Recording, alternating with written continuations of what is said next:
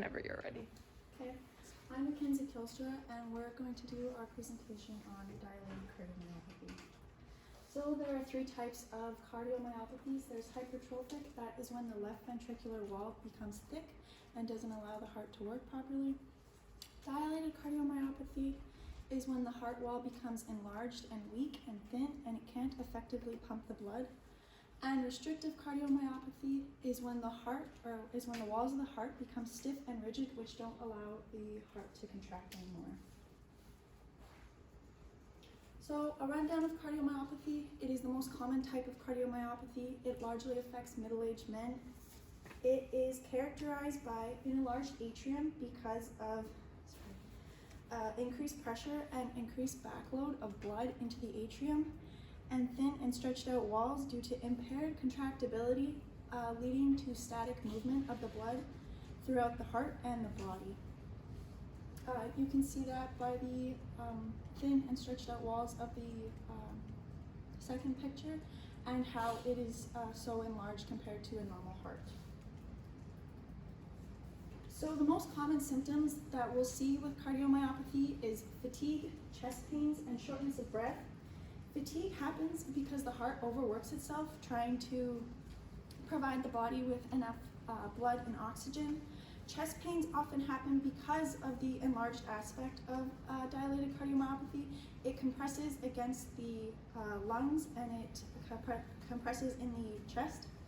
Shortness of breath happens because not enough oxygen is getting to the tissues, which means that not enough oxygen can get back to the lungs.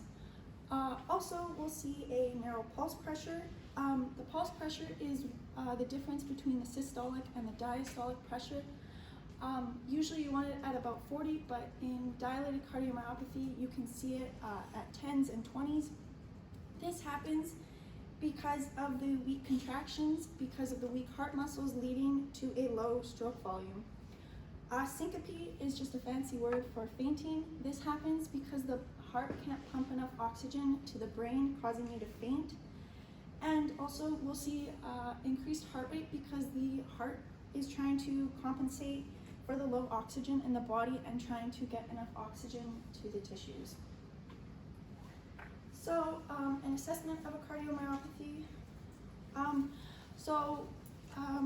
Often you'll look at their lifestyle choices. So alcohol consumption is a big contributor of cardiomyopathy. This is because it damages the liver, and because of the blood filtration aspect of the liver, it'll leak toxins into the blood, and the toxins will get into the heart and damage the heart.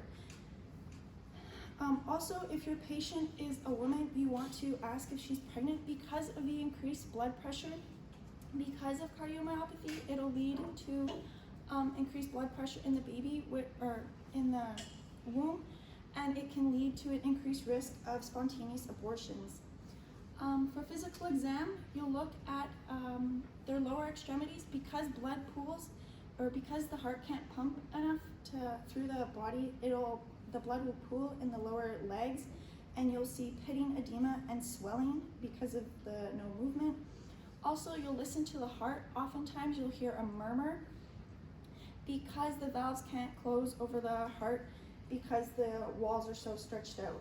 Also, you'll do a psychosocial exam because they are probably anxious and fearful because they have just been dealt a life-threatening condition, and you'll want to make sure that they are properly dealing with this stress and trauma.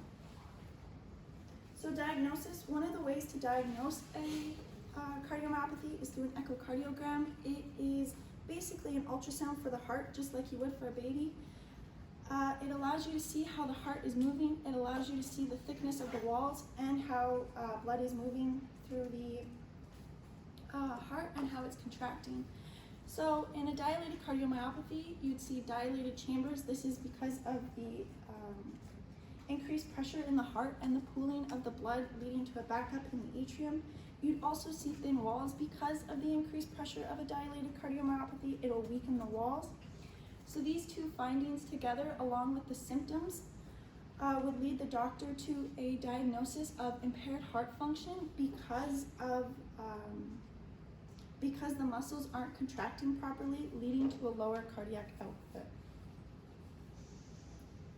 So some of the treatments of cardiomyopathy, you can do a surgical, which involves placing pacemakers, defibrillators, and ventricular assistive devices. These work to stimulate the heart to contract through electrical waves. You can also do a myectomy and an open heart surgery. Myectomy is a removal of the thickened muscle, and open heart surgery is when you have exhausted all the other treatment options. For medications, you can use ACE inhibitors and vasodilators. These work to lower the blood pressure in the heart, which decreases the workload. You can also use digoxin, which works to slow the heart rate and increase the force of contractions, which will help blood move through the body better. And you can also do non-surgical, which uses alcohol and radio frequency waves to destroy the thickened muscle tissue, which allows the blood to move more easily, decreasing the blood pressure and decreasing the blood pressure.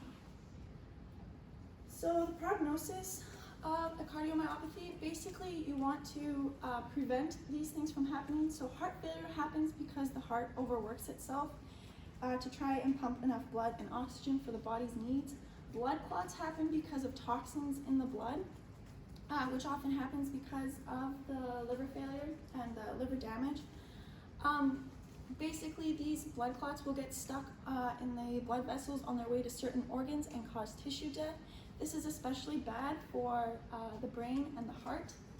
Also, you'll find valve problems, which is where you'll hear the murmur. This is because the enlarged walls, the valves don't grow, so basically they can't close over the ventricles anymore, which will lead to backflow of the blood. And the end result is a cardiac arrest. Because cardiomyopathies can't contract properly, they cause an abnormal rhythm, which can lead to fainting and sudden death. So, follow-up of a cardiomyopathy, basically you are trying to prevent cardiac arrest. So, you're going to monitor for shortness of breath and swelling in the lower legs. You will go to you'll notify the doctor of any changes, but it's not that serious if it goes away with rest.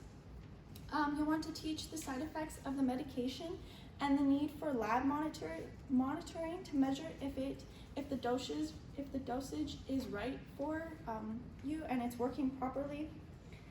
And complications of cardiomyopathy is you'll want to go to the ER right away if you have sudden shortness of breath or chest pains that don't go away with rest. This is because mortality rate is 12 to 22% within 3 years of diagnosis of a dilated cardiomyopathy.